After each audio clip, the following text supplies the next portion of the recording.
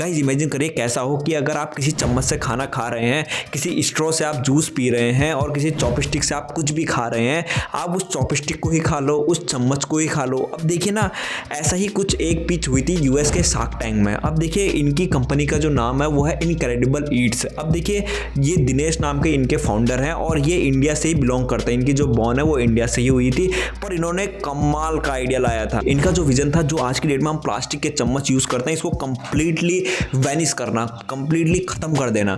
क्योंकि इन्होंने क्या किया था, अपने स्पून इस तरीके से बनाए थे कि आप इसको खा सकते हैं और इन्होंने नाम दिया था edible spoon, edible chopstick, edible straw, आप इनको कह सकते हैं। अब सेकंड चीज़, इन पे भी इन्होंने क्या किया कि कुछ करामात कर दिया। अब इन पे भी इन्होंने फ्लेवर निकाल दिए। अगर आपको चॉकलेट पसंद है तो चॉकलेट फ्लेवर का आप स्पून ले लीजिए ना, आप उस चम्मच को ही फिर खा लोगे। मतलब इससे क्या है कि आपकी जो प्लास्टिक की चम्मच वाली हैबिट है ना, वो तो छूट ही जाएगी और आपको चॉकलेट का फ्लेवर भी मिल जाएगा। आपको लेमन पसंद है तो लेमन का फ्लेवर ले लीजिए, मिंट का फ्लेवर ले लीजिए। तो इस टाइप के इन्होंने फ्लेवर इंट्रोड्यूस किए थे चम्मच के अंदर। तो और ख़ास बात इनके आइडिया की ये थी ना, जैसे आप कोई गर्म सूप पीते हैं तो जाहिर सी बात है जो चम्मच अगर आप ज़्यादा देर तक रखोगे तो पिघल जाएगी। तो इनके जो चम्मच है वो स्टेबल रहता था 20 मिनट तक गर्म सूप में। इनका आइडिया इसलिए भी कमाल का बन जाता है क्योंकि कभी भी हम अगर घूमने जाते हैं, कभी हम मैगी, चाउमीन या कुछ भी खाते हैं तो हम प्लास्टिक के चम्मच का यूज़ करते हैं। अब आप गौर करें, जो प्लास्टिक है वो तो हमारी हेल्थ के लिए भी ख़राब है और इन्वायरमेंट के लिए भी ख़राब है। अब देखिए ये एडिबल जो है ये कितना ज़्यादा यूज़फुल होगा। आपको सॉफ्टी तो आपने कभी ना कभी खाई होगी ना, जो सॉफ्टी का कोन होता है उस कोन को भी तो आप खा लेते हो। सेम ये उसी प्रिंसिपल में बेस्ड है। तो ये आइडिया कितना रेवोल्यूशनरी है ना, मतलब इसको मैं बता नहीं सकता। आपको ये आइडिया कैसा लग रहा है मुझे कमेंट बॉक्स में जरूर बताइएगा। तो हम बढ़ते हैं अपने अगले बिजनेस मॉडल की तरफ, जो तो कमाल का है। अब इन्होंने शार्क टैंक के सीजन 3 में पिच किया था और इनकी जो कार है ना वो हाइड्रोजन बेस्ड थी, हाइड्रोजन बेस्ड फ्यूल कार इनकी थी। अब इन्होंने क्या किया था कि हाइड्रोजन बेस्ड फ्यूल कार तो बनाई थी, उस पर एआई, आर्टिफिशियल इंटेलिजेंस को इस तरीके से इंटीग्रेट किया कि डायरेक्ट टेस्ला को चुनौती दे रहा है। अब देखिए इन्होंने ये कार बनाई थी सिर्फ और सिर्फ 18 मंथ के अंदर। अब देखिए मैं ना ये नहीं कह रहा हूँ कि इनको फंडिंग मिली या नहीं मिली, ये बात उस टॉपिक पे है ही नहीं। ये बात है आइडिया की। एक ऐसा आइडिया हम ढूंढ रहे हैं कि जो रेवोल्यूशनरी है, जो आने वाले टाइम का फ्यूचर है।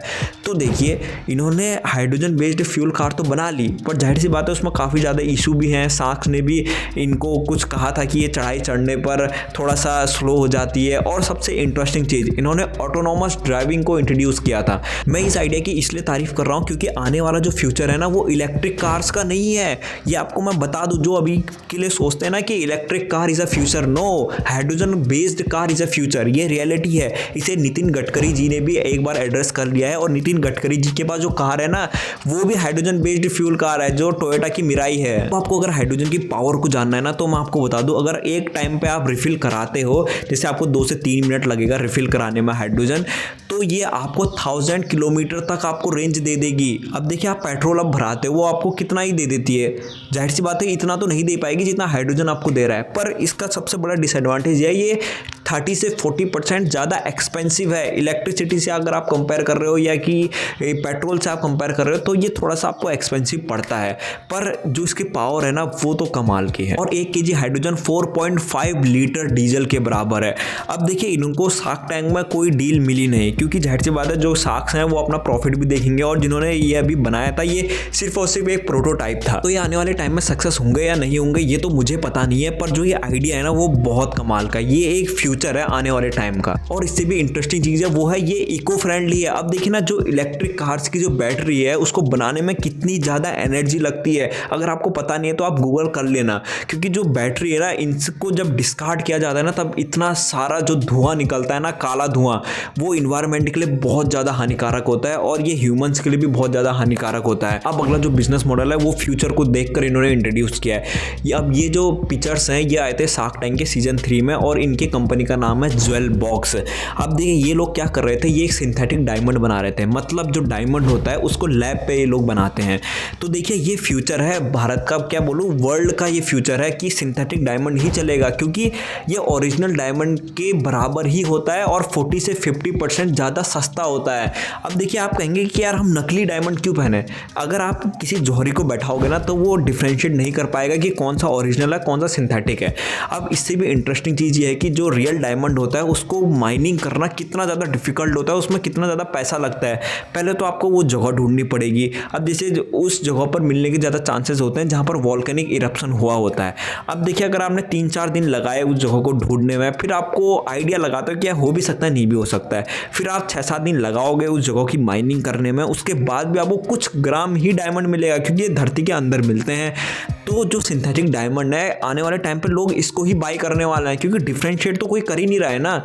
जैसे आपको रियल डायमंड पड़ रहा है उससे ही सस्ता आपको सिंथेटिक डायमंड भी पड़ रहा है। लुक्स वाइज सब सेम है, कोई डिफरेंशिएट नहीं है। और इस आइडिया के बारे में सभी साख ने अपना इंटरेस्ट भी जताया था और सब ने कहा था कि ये आने वाले टाइम का फ्यूचर है। आपको ये नया आइडिया कैसा लगा है मुझे कमेंट बॉक्स जरूर बताइएगा।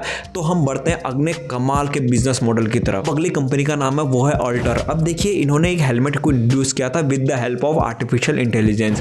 इनके हेलमेट की खास बात ये थी कि हम सभी लोग तो हेलमेट पहनते हैं, क्यों ना एक ऐसा हेलमेट पहना जाए जो पूरा का पूरा एडवांस हो। आप इनके हेलमेट को अपने मोबाइल फ़ोन से कनेक्ट कर सकते थे और उतना नहीं, उस हेलमेट के लिए एक पर्टिकुलर ऐप भी इन्होंने बनाया था जिस पर आप अपनी डेली की एक्टिविटी भी देख सकते हैं कि आपने हेलमेट पहना है नहीं पहना, आपकी जो ड्राइविंग स्किल है वो आखिर कैसे है ये उसको भी मेजर करता है और उसके हिसाब से आपको इंसेंटिव भी देता है और कूपन भी देता है। अब आप इमेजिन करिए कोई एक इंसान जा रहा है, वो उसके पूरे दिन भर की एक्टिविटी को ऑटोमेटिक वो हेलमेट मेजर कर रहा है कि इसकी ड्राइविंग अच्छी है या बुरी है। अगर आपकी ड्राइविंग अच्छी होती है तो उसके हिसाब से आपको कूपन भी मिलते हैं, इंसेंटिव भी मिलते हैं। और इससे भी इंटरेस्टिंग चीज़ ये है कि आप ऐप में कुछ नंबर्स आप सेव कर लीजिए और कभी भी आपका एक्सीडेंट होता है तो ये हेलमेट ऑटोमेटिकली आपकी एग्जैक्ट लोकेशन उन नंबर पे सेंड कर देगा। हाँ कभी ना कभी ये फॉल्स आइडेंटिफिकेशन कर सकता है, वो हर एआई में होता है, पर ये एक कमाल की टेक्नोलॉजी है। और इतना ही नहीं, अगर आप चलाते चलाते अगर आपका कॉल आ रहा है तो आप एक स्वाइप से कॉल उठा भी सकते हैं और डिस्कनेक्ट भी कर सकते हैं। पर अगर कैसा हो कि अगर मैं आपके कपड़े में चाय भी फेंक दूँ पानी भी फेंक दूँ फिर भी उसमें ना ही कोई दाग लगेगा ना ही किसी टाइप का वो गीला होगा, तो है ना कमाल की चीज़। अब देखिए एक टर्म्स नाम की कंपनी आई थी और सीजन 3 में इन्होंने पिच किया था और बहुत ही कमाल की इनकी टी शर्ट है। इनके आप रिव्यूज़ भी पढ़ सकते हैं, इनका जो मटेरियल है ना वो भी बहुत अच्छा है। अब देखिए इसके साथ ही ये शर्ट को भी इंट्रोड्यूस इन्होंने किया था और टी शर्ट भी इन्होंने किया था, जीन्स भी किया था। और इनके जो कपड़े हैं ना उनमें खास बात ये थी कि ये एंटी स्टेन थे, एंटी ओडर थे और एंटी बैक्टीरियल थे, एंटी फंगल थे। अब देखिए आपको बैक्टीरिया और फंगल डिजीज से भी ये कपड़ा बचा रहा है। इससे भी इंटरेस्टिंग कि अगर आप ठीक ठाक टी शर्ट लेते हैं ना वो आपको 600-700 की तो पड़ती है, पर अगर आप टर्म्स की टी शर्ट लेते हैं तो ये आपको 900 और 1000 रुपये के बीच में आपको पड़ जाएगी, मतलब ये बराबर के रेंज में। और इससे भी इंटरेस्टिंग महेंद्र सिंह धोनी भी टर्म्स की टी शर्ट ही यूज़ करते हैं जैसा इन पिक्चर्स ने कहा था, है ना कितना कमाल कर रहे हैं। तो मैं आपसे ये पूछना चाहता हूँ कि आपको इन सारों में से सबसे तगड़ा आइडिया कौन सा लगा है? अगर मैं अपनी बात बताऊँ तो मुझे तो सबसे तगड़ा आइडिया लगा है वो है एडिबल स्पून्स, जो आप स्पून को भी खा लो, कितना ज़्यादा हम प्लास्टिक बचा सकते हैं। तो आप क्या सोचते हैं इस बारे में मुझे कमेंट बॉक्स में जो बताया। तो मिलते हैं ऐसी इंटरेस्टिंग टॉपिक के साथ, तब तक के लिए थैंक यू सो मच।